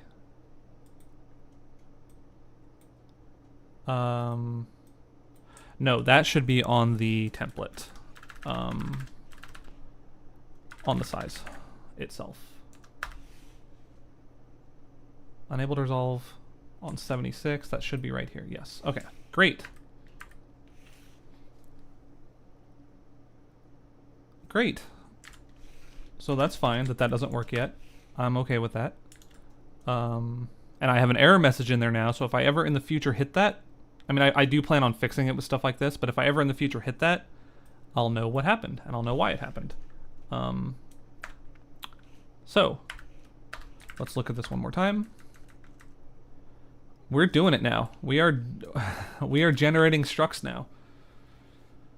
And arrays work that we can pass in. Holy moly. That's pretty exciting. The next thing that I want to support, and this will not happen tonight because I'm going to call it, but you should also be able to pass in, so instead of just this, where it's like a U32, I think I also want to support you being able to specify... This doesn't make any sense right now if I'm only allowing integers, but we've already decided over here that I'm not only allowing integers. You can accept other literals. So if you want to force this to be a number, I want to be able to support that. I want you to be able to say any of. Well, I guess you can force it to be a number here, but if you want to force it to be a number of a specific size, does that matter? Because you're just using it for... Yeah, because I guess if you want to use the type here, it does matter.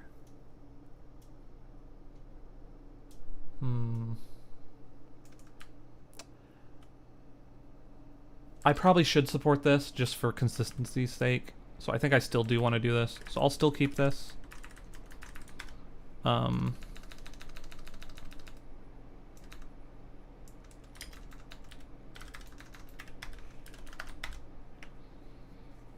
Okay. I feel really good about that. That is a major thing I wanted to do tonight, based on what we did last stream with the arrays. And now we support it. That's awesome. So I should be able to say like storage, and I'm gonna let you pass a size to it. Integer storage. And you're gonna have a bunch of integers here.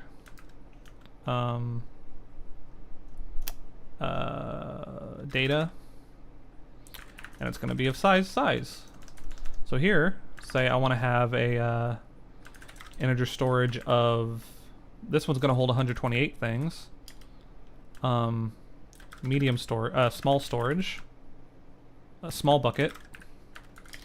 We will have a medium bucket, and we will have a huge bucket. And I will say, let's print out. I don't know if this works yet. We'll try. Small, medium, large. So I don't know if this works yet, if I can do array count here. Data. I don't know if I can do that yet. We'll see. Huge. No. Yeah, I can't do that yet, so S is this, M is this, H is this.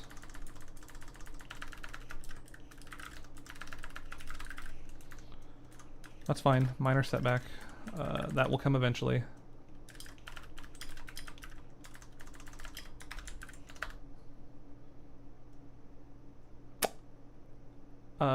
And values of non-static size. Wait, what? Huh? 128, 520. So it did generate them, as you can see. What is the problem here? Invalid use of non-static data member. Declared here. Let's go see what that generated, because I think that should work. S equals H equals. Uh-oh. Nope. Stop. Stop what you're doing. H equals.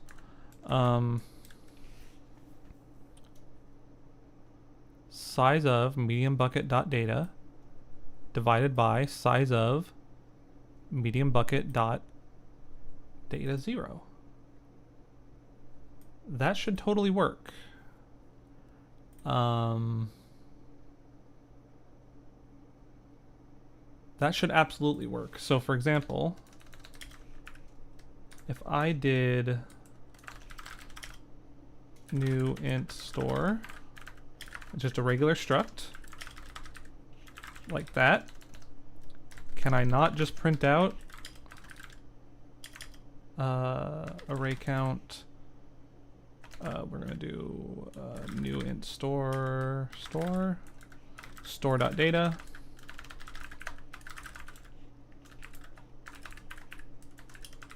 Does that not work?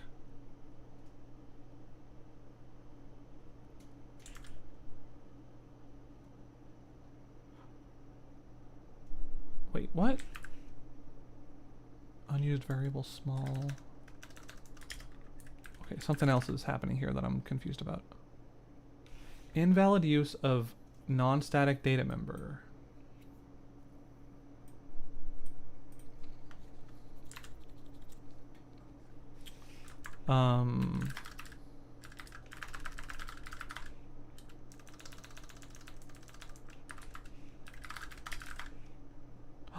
Oh, I'm generating... I'm generating the template itself also. I should not be doing that. Oops. That's that problem.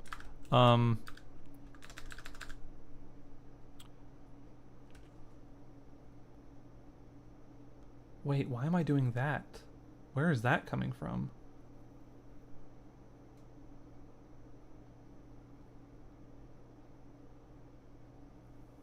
What? That's a problem. That should definitely not be happening. I'm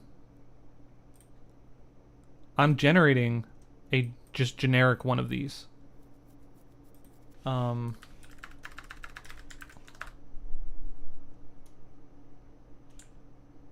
Yeah. It's if I pass this in.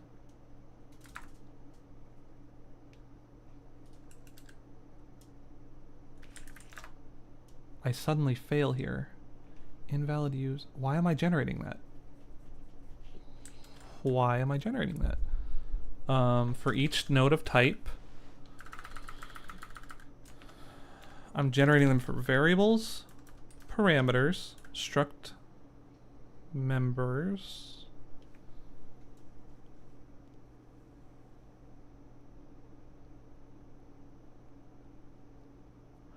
Oh, hold on. Am I generating?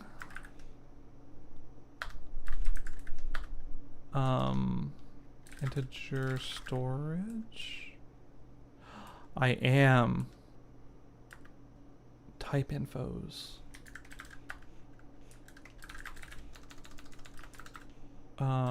Generate type infos.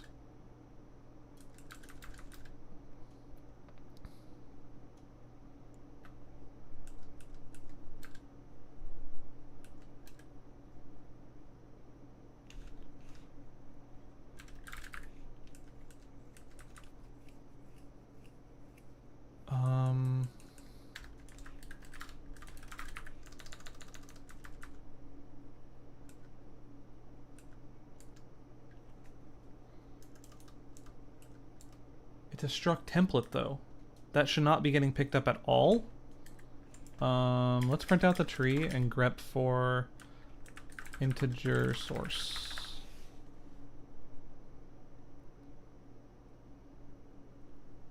Oh, storage.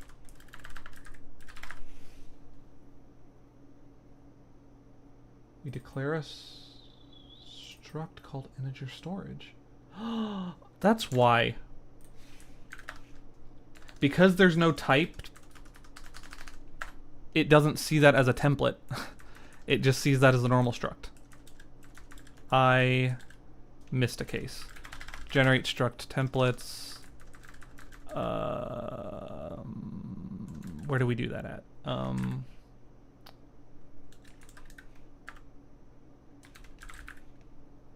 Meta struct template. Do we do that here? No, we do that in code gen. Meta struct template. Has templated parameter. If child type is...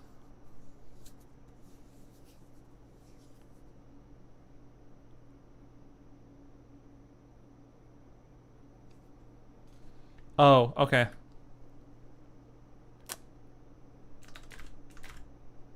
Any other case, it has a templated parameter. Hey, look! It now thinks it's a thing. Hey, look, we work. Okay. That was scary. I thought I did something real bad. Turns out I just did something kind of dumb. So now this should work. Right? I should be able to say... I should be able to make 3 of these of different sizes and print out their sizes statically. It would help to uncomment out the... I deleted the struct. Integer storage, size. That would help. Hey, look at that. It worked. Did this other way work now too, or is it just not gonna work? No, it still can't resolve that. It's a problem for another day. But look at that. We work. I'm gonna call that a success right at 10 o'clock. Cool. That is sizable progress. I will take that. I will take that. To do, I think one of my other to-dos cover this already, but just in case.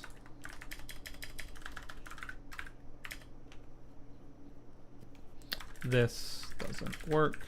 It can't resolve. Let's do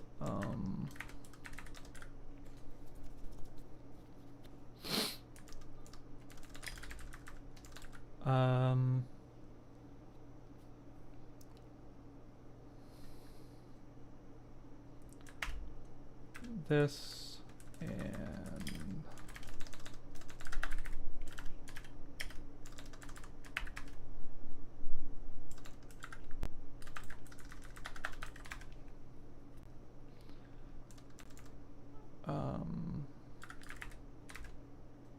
okay.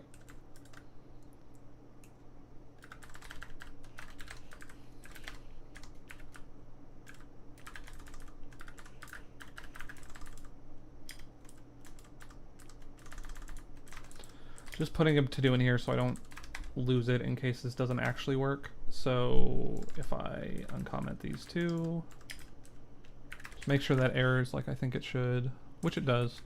Okay, great. Well, let's push this up. Thanks for watching, everybody. This was very productive. I feel good about it. Commit, let's say literal params work in struct templates now.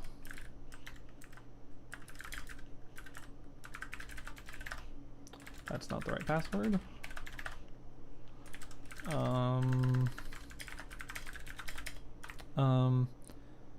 Literals work for struct template array instantiation, array member, size instantiation,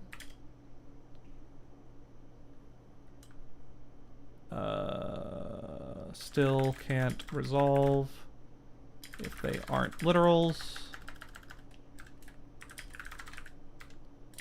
To-dos.